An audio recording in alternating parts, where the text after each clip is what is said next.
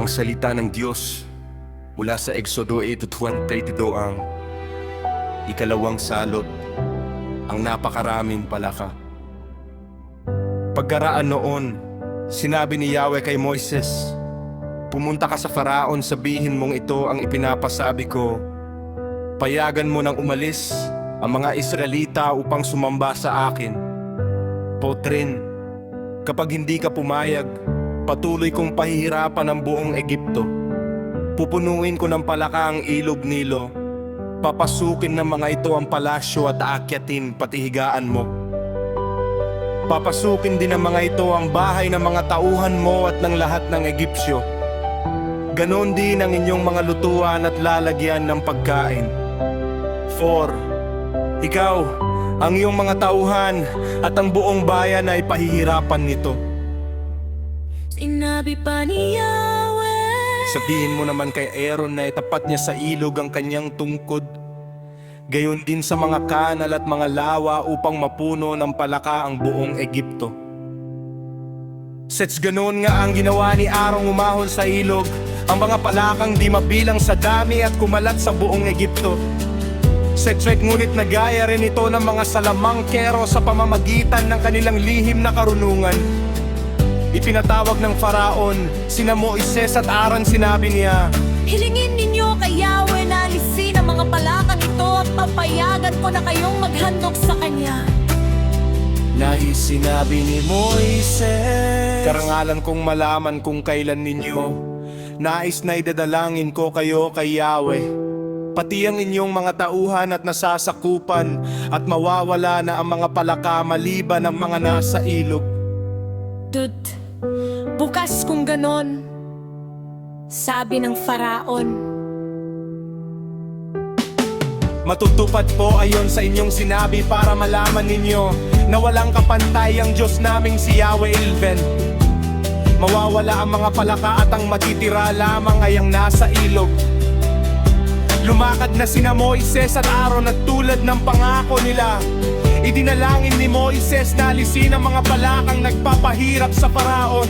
Taktin tinugon naman siya ni Yahweh. Namatay lahat ang mga palaka sa mga bahay at mga bukid. Taktring, ipinunton ng mga Egyptyo ang mga patay na palaka at umalingasaw ang baho nito sa buong Egipto. Fifnik, ngunit nagmatigas muli ang Faraon nang ito'y makahinga na naman ng maluwag. At tulad ng sinabi ni Yahweh, hindi pa rin siya nakinig kina Moises at Aaron. Ang ikatlong salot, ang mga niknik. 16, inutusan ni Yahweh si Moises na sabihin kay Aaron na ihampas sa lupa ang tungkod upang maging niknik ang lahat ng alikabok sa buong Egipto. Sa titlin, ihampas nga ni Aaron ang tungkod, at ang lahat ng alikabok sa buong Egipto ay naging niknik na labis na nagpahirap sa mga tao at mga hayop nito. Pinilit ng mga salamangkero na magpalitaw rin ng niknik sa pamamagitan ng lihim nilang karunungan. Ngunit hindi nila ito nagawa, at ang mga tao at hayop ay patuloy na pinahirapan ng mga niknik din. Dahil dito'y sinabi ng mga salamangkero sa Faraon, Diyos na ang may gawa nito. Ngunit hindi rin natinag ang kalooban ng Faraon. Hindi rin siya nakinig kina Moises at Aaron. Tulad ng sinabi ni Yahweh, ang ikaapat na salot, ang mga langaw. Kuiti, dahil dito, sinabi ni Yahweh kay Moises, bukas ng umaga, hintayin mo ang Faraon pagpunta niya sa ilog at sabihin mong payagan na niyang umalis ang mga Israelita upang sumamba sa akin. Detrit, kapag hindi niya pinayagan, padadagsaan ko siya ng makapal na langaw, pati ang kanyang mga tauhan at mga kababayan. Mapupuno ng langaw ang mga bahay ng mga Egyptyo, pati ang lupang kanilang lalagan ng tundidor.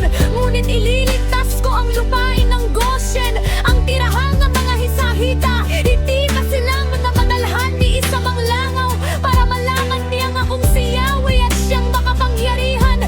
Sa lupain dito ang uititrik, sa pamamagitan ng kababalaghang gagawin ko bukas. Ipapakita ko na iba ang pagtingin ko sa aking bayan at sa kanyang biyayan. Epic Troop, kinapakasan. Ginawa nga ito ni Yahweh. Dumagsa sa Egipto ang makapal na langaw hanggang sa mapuno ang palasyo ng Faraon, ang bahay ng mga tauhan niya at ang buong Egipto. Dahil dito'y nasalanta ang buong bansa. Tuwaitiks.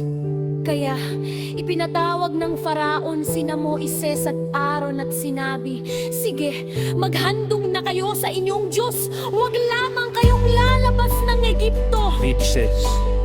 Sumagot si Moises, hindi po maaring dito sa Egipto, magagalit po sa amin ang mga Egipsyo.